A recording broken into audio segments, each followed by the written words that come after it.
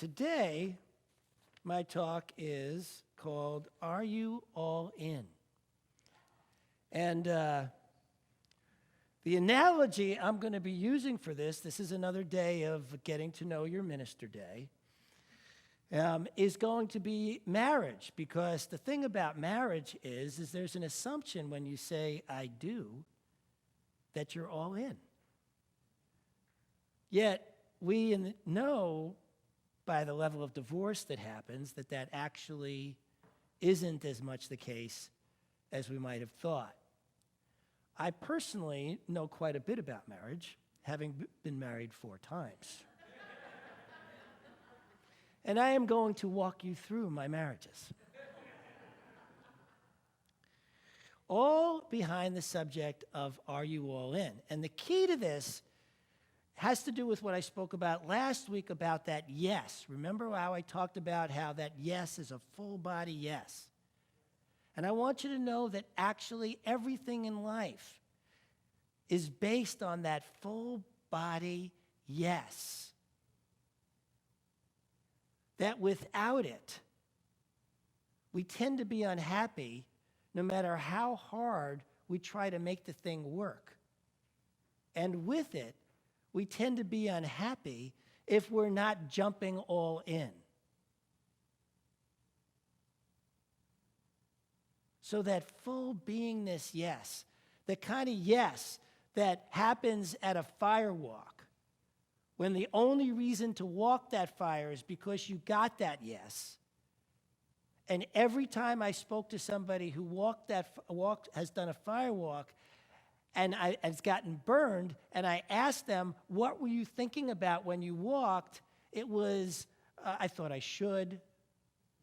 It was, I wanted to overcome my fear. It was because my peers were doing it. It was all kinds of answers besides when I asked the question, is this mine to do? I knew it was mine to do. So this is about the I know yes, and why it is so important no matter what else you do in life. Because again, and I'll be repeating this several times today, if you are not happy or you're not getting the results you want, there's really only 2 reasons. You didn't get the yes to begin with, so you're struggling. Because you know it's not really where you're supposed to be. Or you did get the yes, and you doubt it, and you're not all in. So my first marriage. My first marriage only lasted 2 years. My first wife was Playboy bunny gorgeous. She could speak 5 languages, and she was at the Juilliard School of Music studying opera. I mean, I was awestruck by her. And I thought, this is definitely the woman for me. So I married her, knowing, there's that knowing, that we were really incompatible on so many levels. And which her parents were really happy to affirm time and time and time again. And so after 2 years, we parted amiably, no children in the mix. I got the bed, she got the couch. Her father, who was a lawyer, did the paperwork, and we were done. So that went pretty well. The second, she really loved me. And I had never felt so loved before. And I really liked her.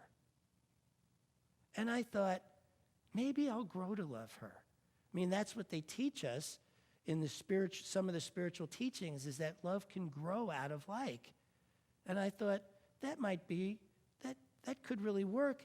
And this feels as good as it's going to get for me, since I really don't even know what true love feels like. So I married her. And because I am a very persistent guy, I hung in there for 14 years. And we had a son, and I adore my son. And I still like my ex. But after about a year, we were fighting like cats and dogs, and did that for 14 years. And the only reason, because I am such a persistent guy, that marriage ended is one Thanksgiving, she decided not to go with us to our cousin's, said she was sick, and when we were at my cousin's, got a phone call saying she'd moved out. Now, besides my son, which was the best part of that relationship, she did one other thing. She got me in touch with a guy named Dr. John Waterhouse, who was the spiritual president of our organization, and at the time was running and still does, run a center in Asheville, North Carolina, which is where I was living. And so that was the beginning of my trip into Science of Mind. Now, just about the same time I started into Science of Mind, I met this other woman who was starting into Science of Mind, who was also a musician. So we had a lot in common. And I actually fell in love with this woman, and she fell in love with me. The problem was, all we ever did was fight, like all the time. And there was this one moment before the wedding where I had actually met somebody else and thought to myself, I could pull out of this now, and it would be a good idea. But I didn't, because I felt like I'd already committed to this, and I always keep my word and my commitments.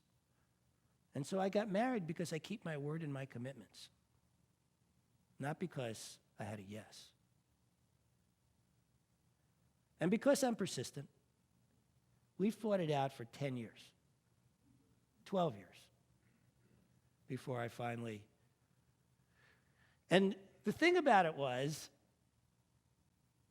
I knew this was a bad idea because almost every 3 or 4 months, she'd start talking about divorce, and I would talk her out of it. She had one foot out the door the entire 12 years. But we built this amazing house on this mountain, and I loved that house.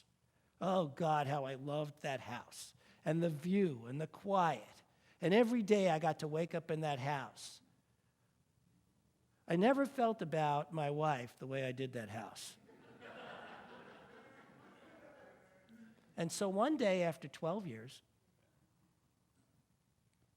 when she said I want a divorce, I just said yes, okay.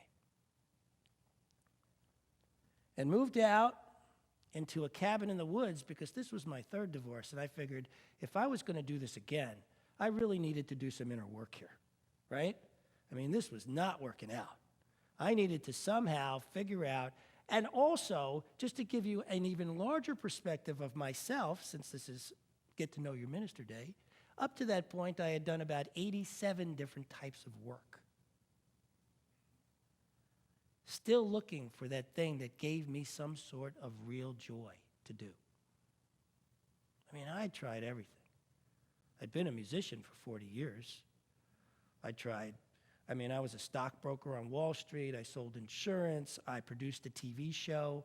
I was a DJ. I did some really wild and crazy different types of work. I worked for Club Med. So, I mean, I was a tennis instructor. I'm telling you, the gamut is large, and none of them felt fulfilling, not a single thing. So I'm in the woods, and I have an aha moment as so one of the things that ended the relationship was me deciding to go to ministerial school. And I didn't know right then that it was a yes. I just was looking for a steady work because I was tired of not having steady work. Honestly, that's how I got started. And so I'm in ministerial school. I'm sitting in the woods. Year and a half passes. And all of a sudden, one day I wake up with this aha about the yes and how different it is from not having that yes. And I started looking at that more and more in terms of my past and in terms of the decisions I started making from then forward. And I made a commitment to myself that from that moment forward, I would never, ever do anything I didn't have a full body yes about. Nothing. That was my commitment to myself. I was going to figure this out through this yes. The yes was going to be my GPS. The yes was going to be my guiding, and I was going to follow every step from there. And if I got the yes, I was all in. I was doing it full out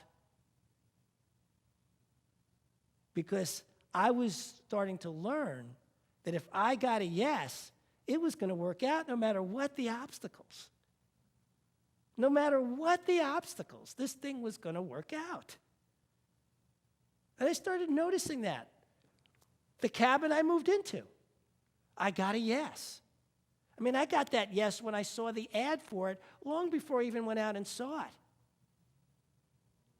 My ex-wife at the time says, "You can't get a place to live. You don't even have a job." And I said, "Yes, I can. I don't know how, but yes, I can." And this cabin comes up, and the ad says, you know, for the first 2 months, it's rent-free if you're willing to work on the cabin. And I'd been a carpenter. I had a lot of carpentry skills. That was one of the things I did. I'd framed houses. I'd done finish work. I'd done plumbing. I'd done electrical. There was really nothing I couldn't do in a home. So I went out there knowing I already had the place to live, got there, and then we talked for less than 10 minutes, and she says, "It's yours."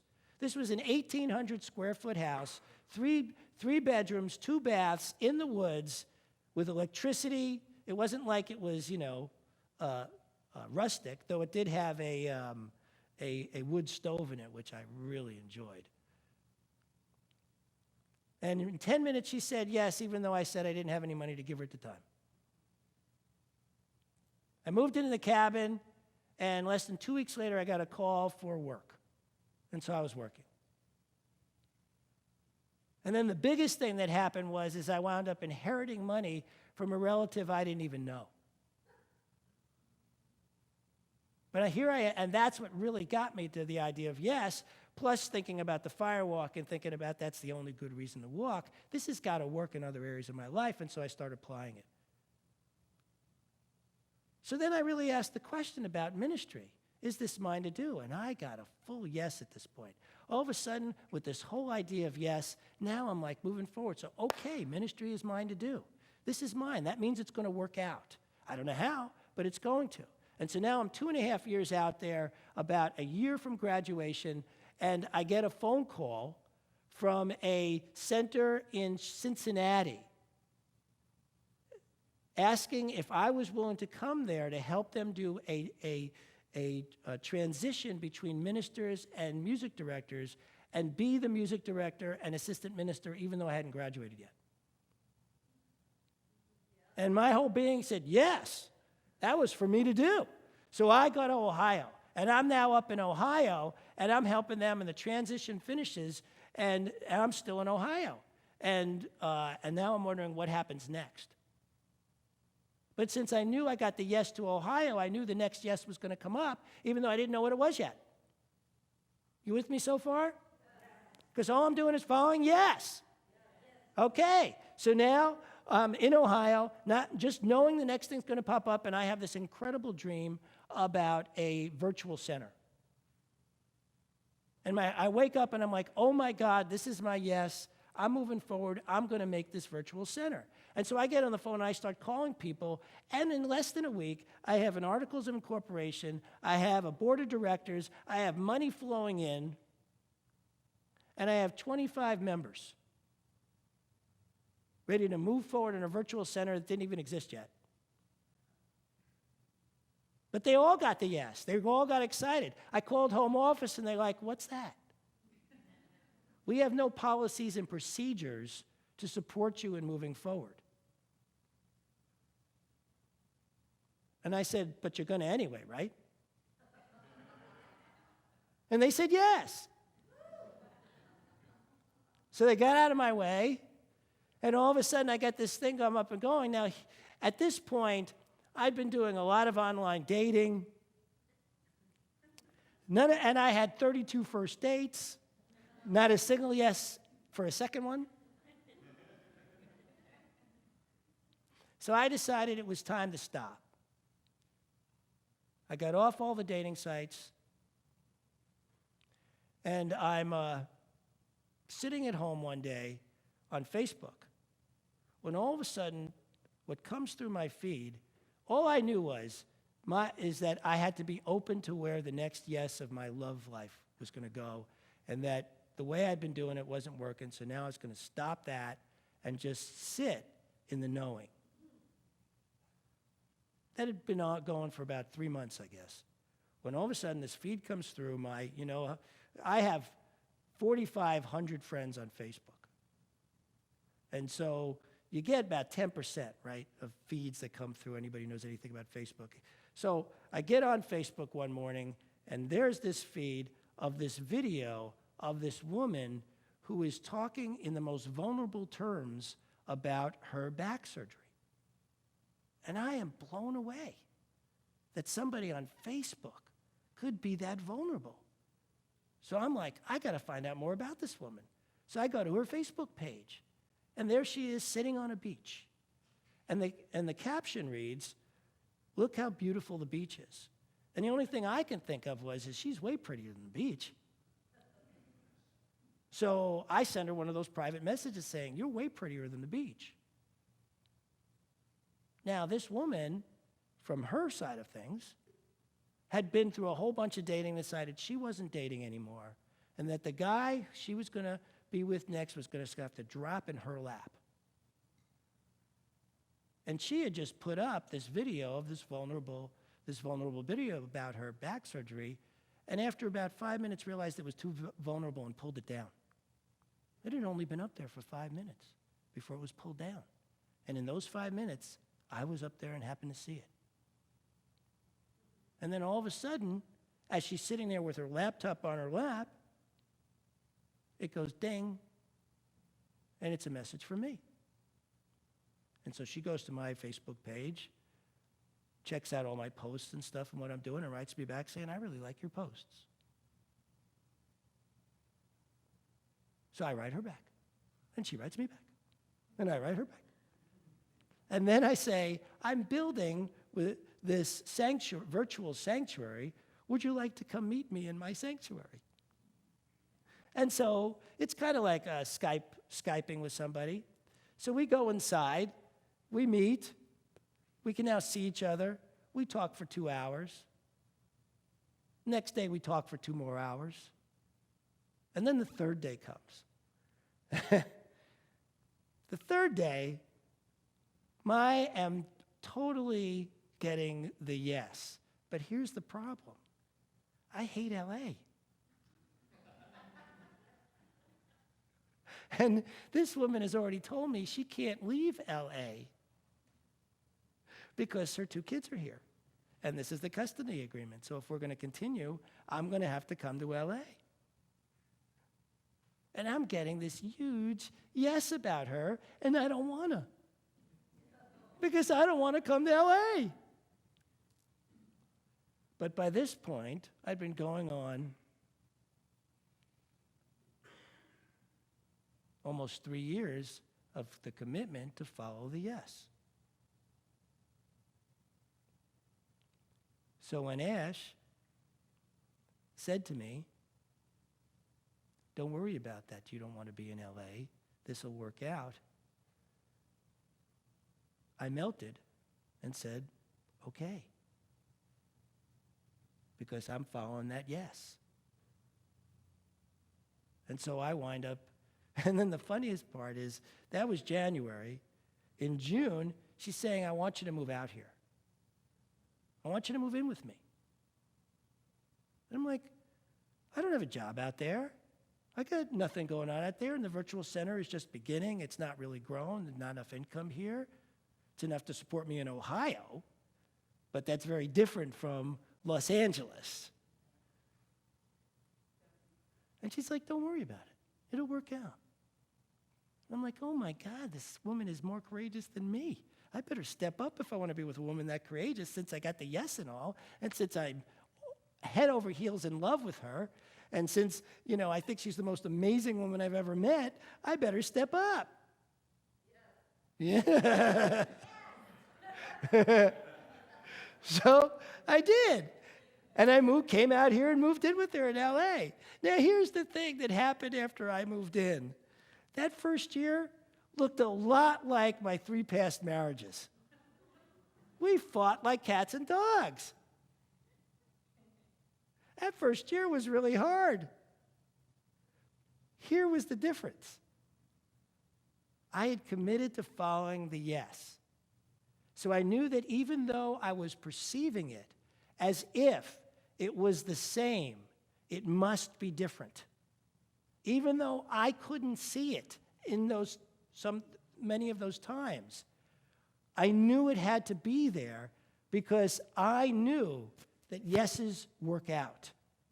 I knew it, which meant there had to be more there as long as I was all in. And if I'm all in, then I'm not thinking about leaving. If I'm not thinking about leaving, I have to figure out how this is going to work out.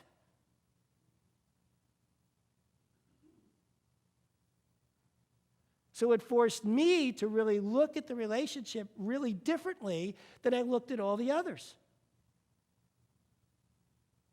And that's what it takes when you get the yes, is looking at the situation differently than you've ever looked at something before. Even if you can't think of what that is, it's got to be there. It's got to be there. That's what I've learned. It's always there when you get the yes, and it's never there if you didn't. You could be looking for ways of working something out from here to doomsday. If you didn't get the yes, it's not working out. If you did get the yes, you better be all in for it to work out. And that's what I learned from being with Ash. And then sure enough, it did shift. Sure enough, somewhere in the second year after we got married and we moved on a little bit, all of a sudden things settled in a way that it had never had in 3 previous marriages, equaling 27 years of marriage. This is the one that things finally settled in and was different and was brilliant. She stepped up. I mean, one of the things that's really been amazing to me is how Ash keeps rising, which, then is a challenge to me to rise. I mean, she's been the leader in our relationship. She was the one that said, I'm going to come visit you first when we first met. Who does that? What woman does that?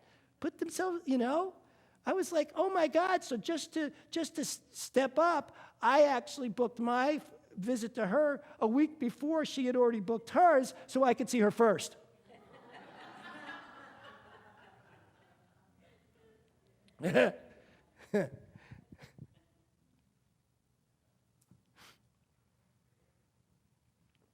When you get the yes, things work out.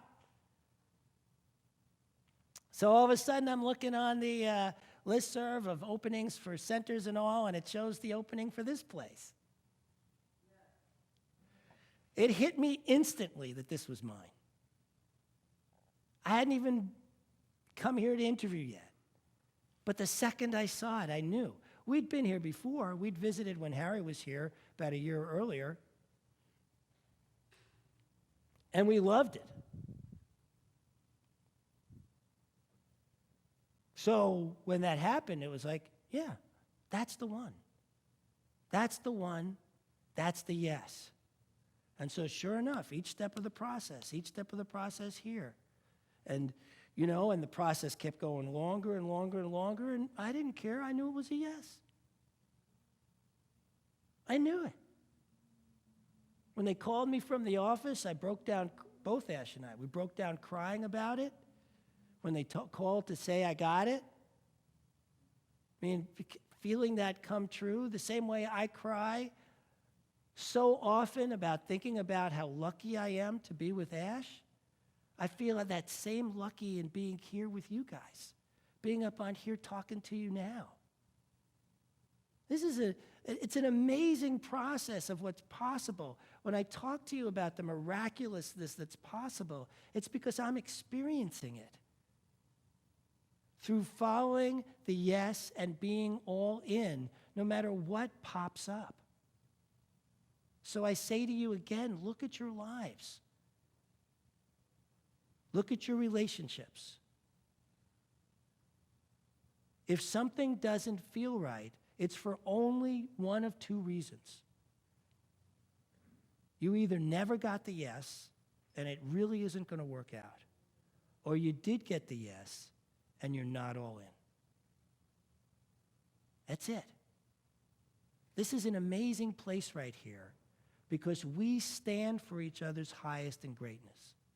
That's what we stand for here. Look around the room.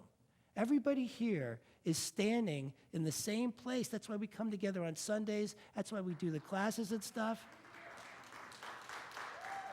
We are standing for each other's highest and best. I know the brilliance of what it is when you follow the yes, but you got to be all in. Whether it's in the center, whether it's in your work, whether it's in your relationship, ask yourself, are you getting that full yes? And if you are, make sure you're all in. You're doing everything there to make that thing work.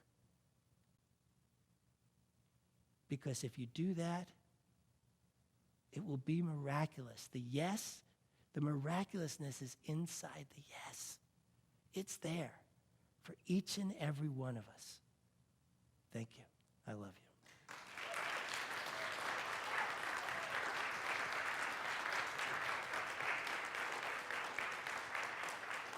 All right. Thank you. Take out what you're going to give.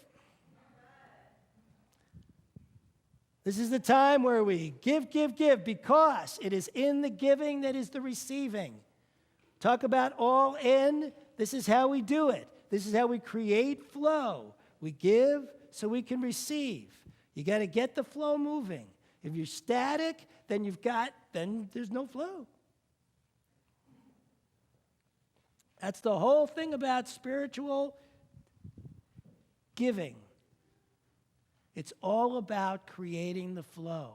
So take out what you're going to give and hold it in your hand. Don't fold it up. Open it up and hold it in your hand. Because this is spiritual energy that we are transmitting.